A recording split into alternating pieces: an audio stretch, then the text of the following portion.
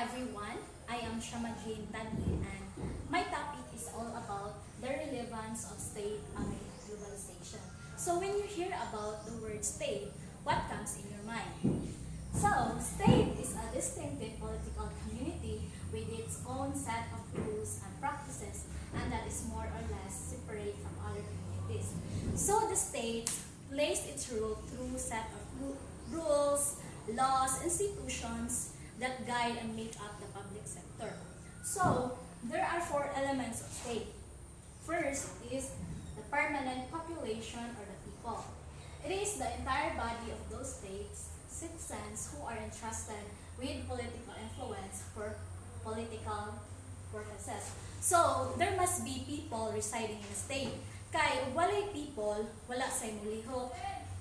Then, wala po'y i-guide. So, it is important yun ang people. And second is territory.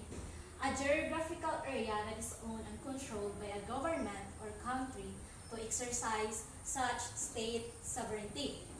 So, territory has clear boundaries. So, the state must have a definite territory on which people can reside. And the third is government. It regulates relations among its own people and with other states. So, ang government is mauni mag-regulates sa mga tao. So, in the state, it requires a functioning government with permanent institutions. And lastly, sovereignty. It is the inherent power of the state to impose its will on its people and free from outside control. So, now that we already know about the state, so it is important to differentiate the idea of nation from state. So what is nation? Nation refers to a people rather than any kind of formal territorial boundaries or institutions. It is a collective identity grounded in a notion of shared history and culture. So if we talk about the Philippines as a nation, we refer to our shared collective notion of democracy, history, and our shared collective identity. And then if we talk about the Philippines as a state, we may refer to the Philippine government, the Philippine territory, and its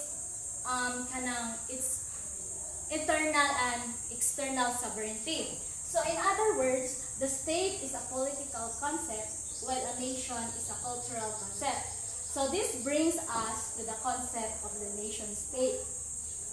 So the conclusion is the role of the nation state in a globalization is a complex one, in part due to varying definitions and shifting concepts of globalization, while it has been defined in many ways.